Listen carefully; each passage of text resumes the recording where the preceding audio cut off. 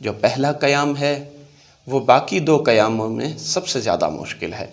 قیام علیہ خود، اپنے اوپر قیام کرنا، یعنی کیا؟ یعنی مراد یہ ہے کہ اگر انسان کے اندر کوئی نقص پایا جاتا ہے تو اس نقص کے خلاف کھڑا ہو جائے۔ انسان میں کسی قسم کی کوئی برائی پائی جاتی ہے تو اس برائی کو دور کرنے کے لیے اپنے نفس کو تیار کر کے کھڑا ہو جائے۔ اگر انسان میں کسی قسم کا بغض، حسد پایا جاتا ہے تو اس کو دور کر دے۔ اور فرمان رسول اللہ صلی اللہ علیہ وآلہ وسلم کے مطابق یہ قیام جہاد اکبر ہے۔ یعنی جو شخص اپنا محاسبہ کرے، اپنے نفس کے خلاف کھڑا ہو جائے تو وہ جہاد اکبر کرتا ہے۔ اور حدیث کے جملے ہیں کہ جو شخص خود سازی کرتے ہوئے، اپنے نفس کے خلاف جہاد کرتے ہوئے دنیا سے چلا جائے تو وہ شہید اکبر ہے۔ تو یہ ماہ سید سجاد کے مطابق شہر قیام ہے۔ کھڑے ہو جائیے اپنے نفس میں پائے جانے والے اخلاق رذیلہ کے خلاف، رذائل جتنے بھی ان کے خلاف کھڑے ہو جائیے، قیام کر لیجئے۔ اور دوسرا قیام دشمنان خدا کے خلاف ہے، علیہ دشمنان خدا ہے۔ یہ تاریخ میں ہمیں ملتا ہے، جب جنگ خندق ہوئی اس وقت ماہ مبارک سیام تھا، جتنے بھی مجاہدین اسلام تھے روزے کے ساتھ تھے، خود رسول اللہ روزے کے ساتھ تھے۔ اور جابر ابن عبداللہ الانصاری سے روایت ہے، کہتے ہیں کہ رسول اللہ بھوک اور پیاس کی وجہ سے یہ عالم تھا کہ پیٹ چپک چکا تھا، پیٹ کے ساتھ پتھر کو باندھ کر رکھتے تھے، لیکن جہاد میں صف اول میں موجود ہوتے۔ جو لوگ خندق کھود رہے تھے ان کے ساتھ موجود ہوتے تھے، باقاعدہ خود خندق کو کھدواتے تھے۔ اور ایسے ایسے مجاہدین اسلام بھی تھے جو روزے کی حالت میں جنگ خندق کے دوران خندق کو کھود رہے تھے اپنی حفاظت کے لیے، اور وہ بے ہوش ہو جاتے۔ شام کو افطاری کے لیے کچھ بھی نہ ہوتا۔ ایک مرتبہ جناب جابر ابن عبداللہ الانصاری نے دیکھا کہ رسول اللہ کی حالت خیر ہے، چند دنوں سے کھانا نہیں کھایا، چند دنوں سے پانی نہیں پیا، تو دعوت دی، کیا یا رسول اللہ میں آپ کو دعوت دینا چاہتا ہوں، آج آپ کیا میرے ہاں افطار فرمائیں گے؟ کہا قبول ہے۔ افطار میں تمہارے پاس کیا موجود ہے؟ کہا میرے پاس ایک گوسفند ہے اور چند جو کے دانے ہیں، گوسفند کو ذبح کروں گا اور آپ کے لیے گوشت بناؤں گا، اور جو کو پیس کر آپ کے لیے روٹیاں بناؤں گا۔ تو رسول اللہ نے کہا آج ہم آپ کے ہاں مہمان ہوں گے، افطار آپ کے ہاں ہوگا۔ رسول اللہ نے لب خندق کھڑے ہو کر اعلان کیا، آج تمام مجاہدین اسلام جابر ابن عبداللہ الانصاری کے ہاں افطار کریں گے۔ جب جابر نے یہ جملے سنے تو گھبرا گیا، گھر آیا، اپنی زوجہ سے بات کی، کہا میں نے اس طرح رسول اللہ کو دعوت دی تھی، انہوں نے تمام مجاہدین اسلام کو دعوت دی، اب میں اس بات سے گھبرا رہا ہوں کہ کھانا کم نہ پڑ جائے۔ تو زوجہ نے کہا کیا رسول اللہ کو بتایا تھا کہ آپ کے کھانے کے لیے کیا بندوبست کیا؟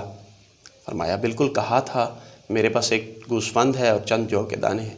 کہا پریشانی کی ضرورت نہیں ہے، جب رسول اللہ کو بتا دیا تو کھانے کا بندوبست بھی وہی کریں گے۔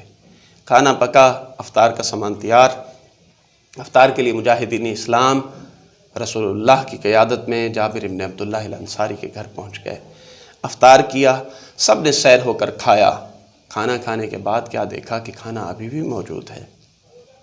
ایسے بھی مجاہدین اسلام تھے۔ درس کیا ملا؟ پہلا قیام اپنے نفس کے خلاف، دوسرا قیام دشمنان خدا کے خلاف، اور تیسرا جو احتمال علماء نے دیا وہ قیام شب ہے، یعنی رات میں اٹھنا۔ ہم میں سے کتنے لوگ ہیں کہ جو رات کو اٹھ کر جب سب نامحرم سو رہے ہیں، جو محرم راز ہے وہ بیدار ہے، اپنے محرم راز سے راز و نیاز کرتے ہیں۔ علماء نے کہا کہ شاید امام کی مراد شہر قیام سے قیام شب ہے، کہ اٹھیے اس کی فرصتوں سے فائدہ اٹھائیے، کیونکہ بعض ایسے شیڈیولز جو ہم 11 مہینے تو انجام دیتے ہیں لیکن ماہ صیام میں ہم انجام نہیں دیتے دنیاوی اعتبار سے، تو ہمارے پاس فرصت ہے، اٹھیے۔ اور ایک غلط بات کا یہاں پر میں تدارک بھی کر دوں، لوگ نماز شب کو سمجھتے ہیں کہ نماز شب سے مراد یہ ہے کہ کم سونا۔ جو لوگ نماز شب پڑھتے ہیں وہ کم سوتے ہیں۔ نماز شب سے مراد، پڑھنے سے مراد یہ نہیں ہے کہ آپ کم سوئیے، آپ اپنی برنامہ ریزی کیجئے، آپ اپنے شیڈیول کو سیٹ کیجئے۔ نماز شب نے کبھی آپ کو نہیں کہا کہ آپ کم سوئیے۔ اگر آپ رات کو جلدی سو جائیے تو صبح جلدی بیدار ہو جائیں گے۔ بس ہمارے معاشرے کے کچھ ایسے نیگیٹو پہلو ہیں کہ ساری رات جاگنا ہے اور جب نماز کا وقت ہونا ہے تو پھر ہم نے سو جانا ہے۔ بہرحال میں اپنے موضوع کی طرف واپس آؤں۔ قیام شب، شب میں اٹھیے، خدا کے ساتھ راز و نیاز کیجئے۔ وہ غفور و رحیم ہے، وہ بخشنے والا ہے۔ 11 مہینے اس کی معصیت کی، 1 مہینہ وہ خود دے رہا ہے کہ میری طرف آؤ، میں تو دینے کے لیے تیار ہوں۔ آخری خطبہ جو شعبان کا جمعے کے دن، خطبہ شعبان جو آخری جو جمعہ تھا اس میں رسول اللہ نے دیا، کتنے پیارے الفاظ استعمال کیے۔ کہا ایھا الناس، اے لوگو، خدا کا مہینہ مغفرت لیے، رحمت لیے، توبہ لیے تمہاری طرف آ رہا ہے، اس کا استقبال کیجئے۔ اس کی راتیں تمام راتوں سے بہتر ہیں، اس کے دن تمام دنوں سے بہتر ہیں، اس کی ساعتیں تمام ساعتوں سے بہتر ہیں۔ اس میں روزہ دار کا سونا ثواب، روزہ دار کا سانس لینا ثواب، روزہ دار کا ہر عمل ثواب۔ خدا تو نیکیاں بانٹنا چاہتا ہے، کیا ہم بھی نیکیاں لینا چاہتے ہیں؟ کاش کہ ہم اس فلسفے کو سمجھیں۔ آخر میں ایک چھوٹے سے واقعے کی طرف اشارہ کر کے گفتگو کو سمیٹنا چاہتا ہوں۔ ایک مرتبہ امام موسیٰ ابن جعفر علیہ السلام، یعنی امام موسیٰ کاظم علیہ السلام، کسی راستے سے گزر رہے تھے، گلی میں سے گزر ہوا، ایک گھر میں سے گانوں کی آواز آ رہی تھی۔ جب گھر کے قریب ہوئے، کیا دیکھا؟ ایک کنیز گھر کے باہر نکلی کوڑا پھینکنے کے لیے۔ تو میرے امام نے اسے روک لیا، کہا ہے کنیز، یہ بتا یہ کس کا گھر ہے؟ عبد کا گھر ہے یا آزاد کا گھر ہے؟ تو اس عورت نے کہا ہے بندہ خدا، دیکھتا نہیں اس کے تو ہزارہ غلام ہیں، یہ عبد کیسے ہو سکتا ہے؟ یقیناً یہ آزاد کا گھر ہے۔ تو اس وقت میرے امام موسیٰ کاظم علیہ السلام نے ایک ایسا جملہ کہا جو دلوں کو ہلا دیتا ہے۔ کہا یقیناً یہ آزاد کا گھر ہے۔ اگر یہ اپنے آپ کو کسی کا عبد سمجھتا تو اس طرح کی محفل نہ سجاتا۔ وہ عورت ہیجان ہوئی، کنیز گئی، جیسے گھر پہنچی تو مالک نے پوچھا اتنی دیر کس بات پر لگ گئی؟ تو کنیز نے بتایا کہ راستے میں ایک شخص ملا تھا، اس نے پوچھا یہ گھر کس کا ہے، آزاد کا ہے یا عبد کا ہے؟ تو میں نے اسے کہا میرا مالک تو اتنے غلام رکھتا ہے، اتنی کنیزیں رکھتا ہے، یقیناً یہ آزاد کا گھر ہے۔ تو اس وقت اس شخص نے کہا یقیناً یہ آزاد کا گھر ہے۔ اگر وہ اپنے آپ کو کسی کی غلامی میں سمجھتا تو اس طرح لہو و لعب کی محفلیں نہ سجاتا۔ جیسے ہی بشر حافی نے یہ جملے سنے، تھوڑی دیر کے لیے فکر میں چلا گیا۔ اصل اس کا نام بشر ابن حارث تھا۔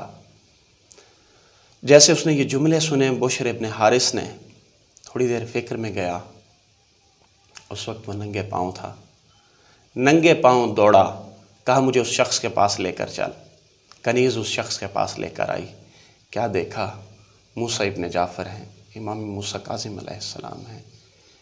ننگے پاؤں دوڑتا ہوا امام کی خدمت میں حاضر ہوا، کہا مولا میں معافی کا طلبگار ہوں، خدا سے مجھے معافی طلب کروا دیجئے، خدا سے مجھے معافی دلوا دیجئے۔ تو اس وقت میرے مولا نے کہا کہ خدا غفور و رحیم ہے، اگر تو اس کی بارگاہ میں سچے دل کے ساتھ توبہ کر لے تو وہ تیری توبہ کو ضرور قبول کرے گا۔ بشر ابن حارث نے توبہ کی، اور تاریخ نے لکھا کہ پھر بشر ابن حارث کسی نے اسے نہ کہا بلکہ بشر حافی کہا گیا، کیونکہ اس نے جب توبہ کی تھی تو وہ دوڑتا ہوا ننگے پاؤں آیا تھا، پھر ساری زندگی اس نے جوتے نہیں پہنے، کہ اسی حالت میں خدا سے توبہ کی تھی تو اسی حالت میں خدا کے سامنے جاؤں گا۔ اور تاریخ نے لکھا بشر حافی اپنے دور کے بڑے اور عفا میں سے شمار ہوتا تھا، اپنے دور کے بڑے پرہیزگاروں میں سے شمار ہوتا تھا۔